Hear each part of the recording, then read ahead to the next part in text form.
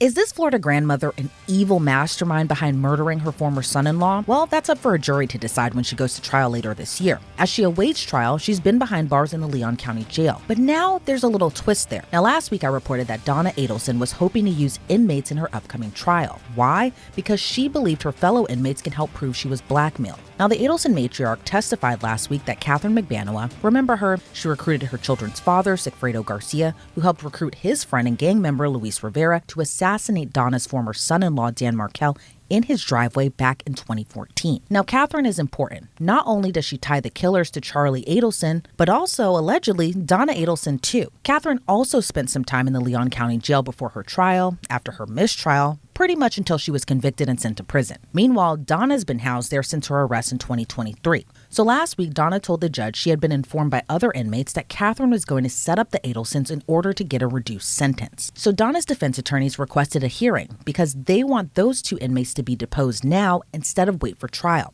Why now? Because the defense is worried that because the two women are drug addicts and set to be released soon, they might not be able to locate them in time for trial. But the judge ruled against the defense's motion because he didn't see prior drug use as a sure indicator that they wouldn't show up for trial. Since that ruling, though, a huge update. Donna was moved to protective custody in the jail. The Florida grandma claims that she was assaulted by another inmate. So what happened? Well, Donna reported that another inmate grabbed her by the arm in the bathroom area. This alleged incident reportedly happened in December, but wasn't reported until last week. But here's the thing. Could this be a ploy to get out of jail and out on bond? Well, in light of her being moved to protective custody, her defense attorneys filed a motion for her to be released on bond while she waits for trial. In that motion, Donna's defense claims she hasn't been receiving adequate medical care, and she's repeatedly threatened and abused by other inmates.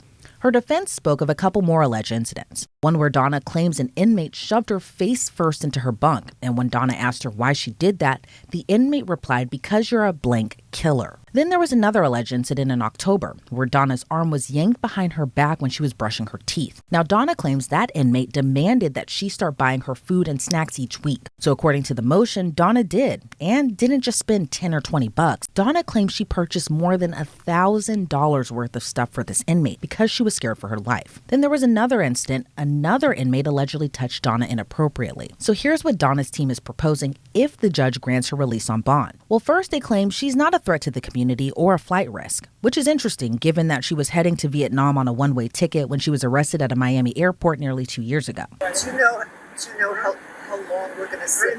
Oh, how long we're going to sit here? As soon as he comes back, he's going to take you from here to the launch room and then to the facility. We're waiting for the other officer to come back. Oh, okay. Yeah, whatever information he took from you, I guess that's what he was missing, so he's going to enter that and come back. Okay.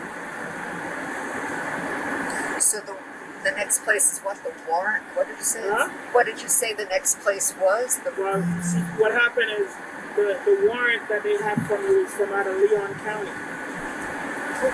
When did they issue a warrant? So what happened is we have to take you to our warrants room for that information to get entered, and then after that gets entered before we can take you to the jail, to the local jail. Okay, because I didn't know there was a warrant. How would I know that? Well, we wouldn't have been able to take you if there wasn't something in place. So aren't they supposed to inform? Aren't they supposed to inform me if there was a warrant for me?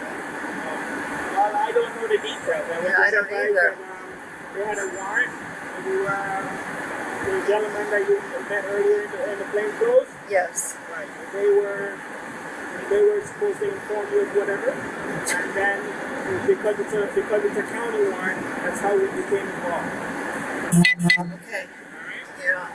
But here's what Donna's defense is also offering. They say Donna's husband Harvey would move to Tallahassee to stay with her while waiting for trial if she's released. They also say electronic monitoring, a curfew from 7 p.m. to 7 a.m., and no traveling outside of Leon County. Now it'll be up to a judge to decide if he agrees with that. I mean, Donna is facing really serious charges: first-degree murder, conspiracy to commit first-degree murder, and solicitation to commit first-degree murder. So for now, until the judge makes his ruling in light of this information, she'll remain in solitary confinement for the time being.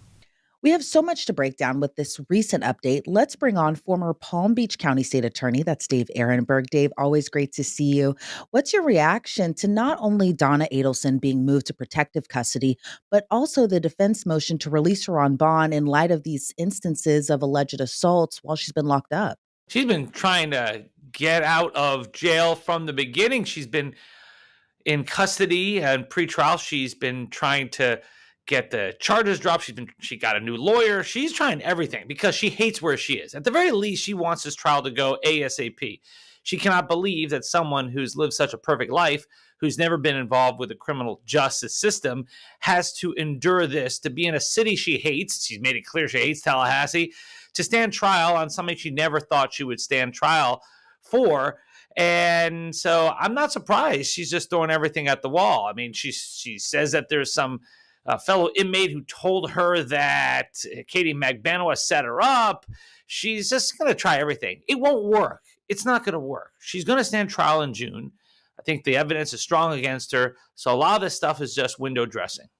And I want to kind of talk more about that last point that you had made about the blackmail attempt by Katie Magbanua. It's pretty interesting, given that last week she did claim that inmates could testify she was being blackmailed by Katie.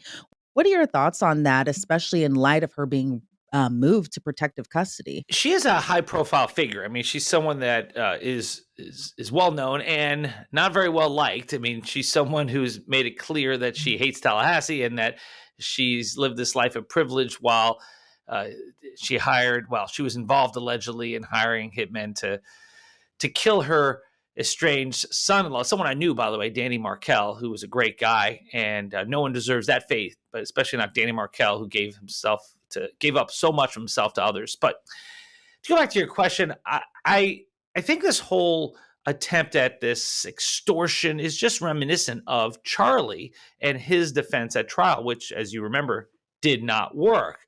So I think if she's going down the road of setting up an extortion defense that Katie Magbanua set her up, that is a road that will have with a dead end because it didn't work for Charlie. It's not going to work for her. Her better defense is to focus on Charlie and say, this is the son. He did this. I had his back because I love my son, but I wasn't involved in the murder itself. That's her best defense.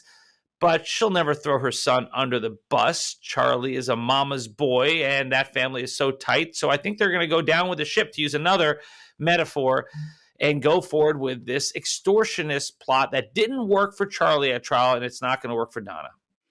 And are you surprised that, given that Donna did have to switch her defense team, given that she's still kind of running the same playbook as Charlie, even with these new defense attorneys, are you surprised that she's kind of throwing the same kind of different defenses, the same ones that didn't work for Charlie, but somehow she thinks that they'll work for herself? Why do you think she's even doing that? Elizabeth, you have hit the nail on the head.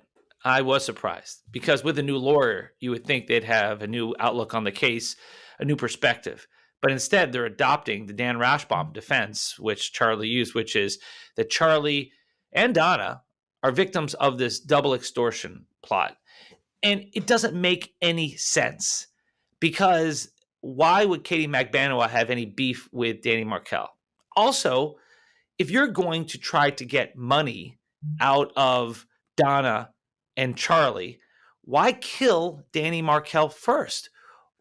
Why don't you just go to them and say, hey, I'm going to do you harm unless you pay me big money? But instead, this whole convoluted double extortion plot is so preposterous because it means that you had these two hitmen drive 8 hours to Tallahassee twice to kill someone that Charlie and Donna hated.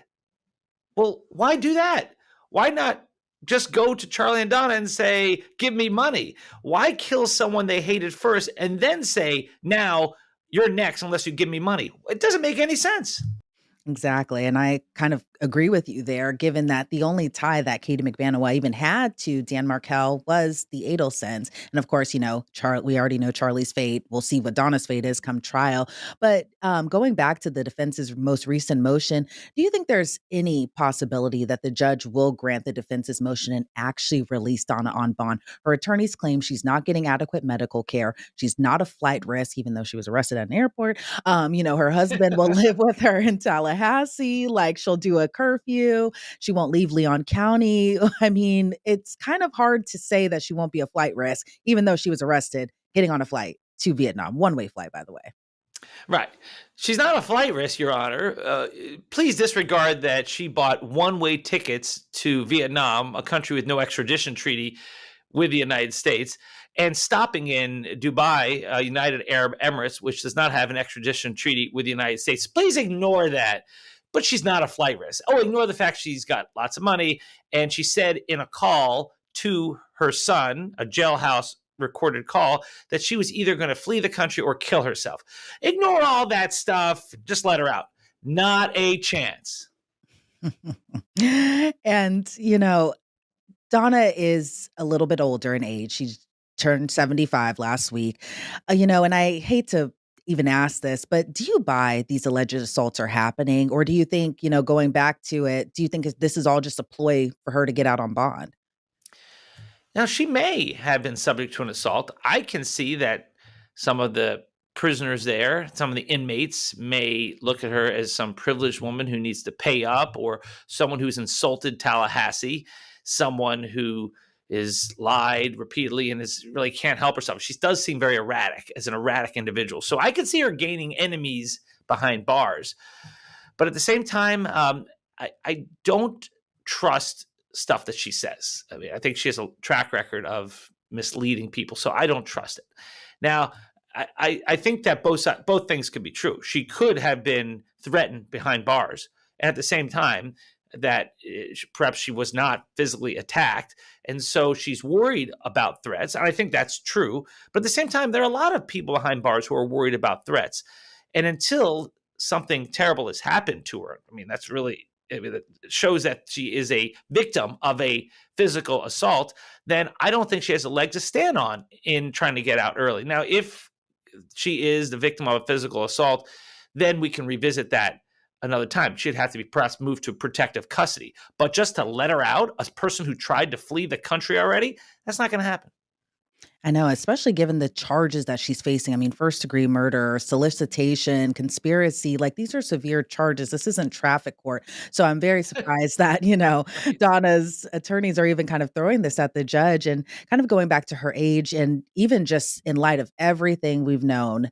Do you think that she was just expecting special treatment in jail? I mean, like, as you've mentioned before, she came from South Florida down in Miami. She's lived kind of a lavish lifestyle, but, this is jail. And it's, we hate to hear that anyone's getting allegedly abused or assaulted in a jail setting. But at the same time, given that she is experiencing, or that she says she's experiencing, these back pains and these alleged assaults, do you think that she just was thinking that she'd get special treatment and using that special treatment to try to even get released out on bond? Well, she thought she'd be out in a couple weeks. Remember, Charlie told her everything was going to go as planned, and everything fell apart. And yeah, if back pain gets you out of jail early, wow, then I think you'd have empty prisons because we all have some back pain. I've got back pain, but that's not enough to get you out of jail early. But I do think someone like that, who has lived a life of privilege, who has never been involved with the criminal justice system, who is shocked that she would ever be arrested and charged. I mean, look how she acted when she was caught on the jetway trying to flee the country. She just, I think, has convinced herself in her mind that she did nothing wrong. She's not guilty. Charlie allegedly told her that this was all being taken care of. I mean, he's the maestro. If you doubt that, just look at his license plate on his car. He's the maestro. He's able to pull all the strings, help create this whole plot. And now Donna is going down with him. For her, that's not the way this is supposed to work.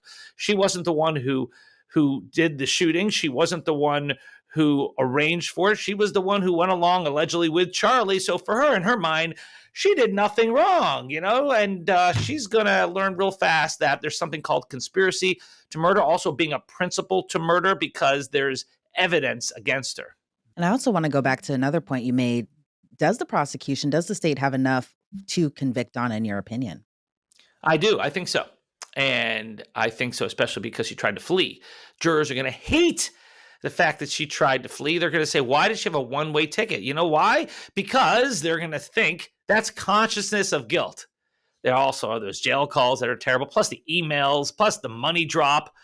I mean, the Katie Magbanua testimony that the money was literally laundered, washed, and there was mold on it, and it was dropped off by the mother, and there was those messages between her and her son seeing if he was around that night so she could drop off the money, allegedly. And then there's the bump.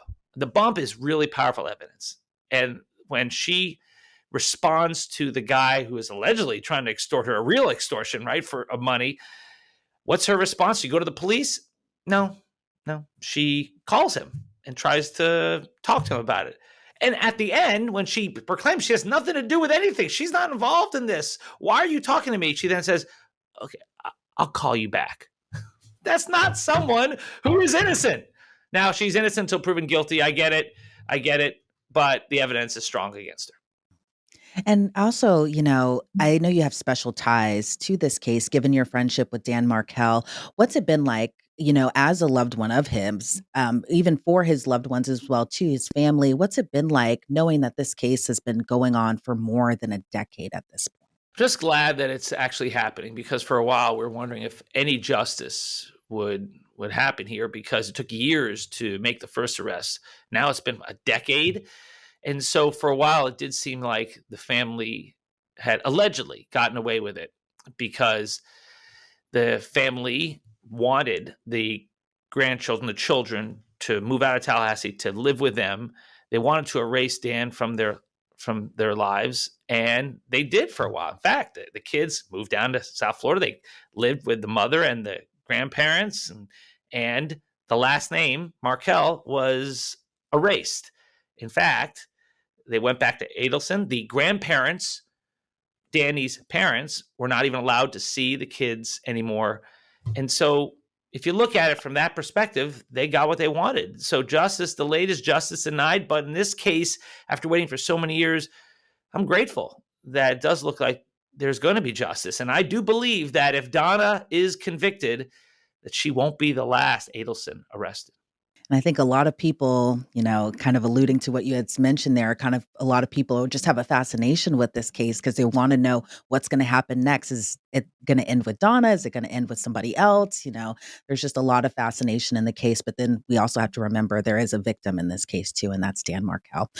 Dave Ehrenberg, I want to thank you so much for your time today. I always appreciate it. Before we sign you off, though, where do you think it all goes from here? Well, I think this case is going to go to trial in June, and then I think Donna will be found guilty, and then I think the next shoe will fall. I think there'll be another arrest. The only way I think that this case ends with Donna is if Donna is acquitted. I don't think that's going to happen. I think there's always a chance there's a hung jury. There was with Katie Magbanua. They had her dead to rights, but she got a hung jury because of one holdout juror. I think for Donna, I think she's going to end up the same fate as her son, Charlie. And we'll all see how this all unfolds very soon. Dave, again, thank you so much for your time today. I always appreciate it. Thank you, Elizabeth. Online records show Donna Adelson will appear in court on February 26th for a motion hearing. So we should learn then if bond will be set in her case. Meanwhile, her trial is expected to start in just a few short months, beginning on June 3rd. Reporting for Law and Crime, I'm Elizabeth Milner.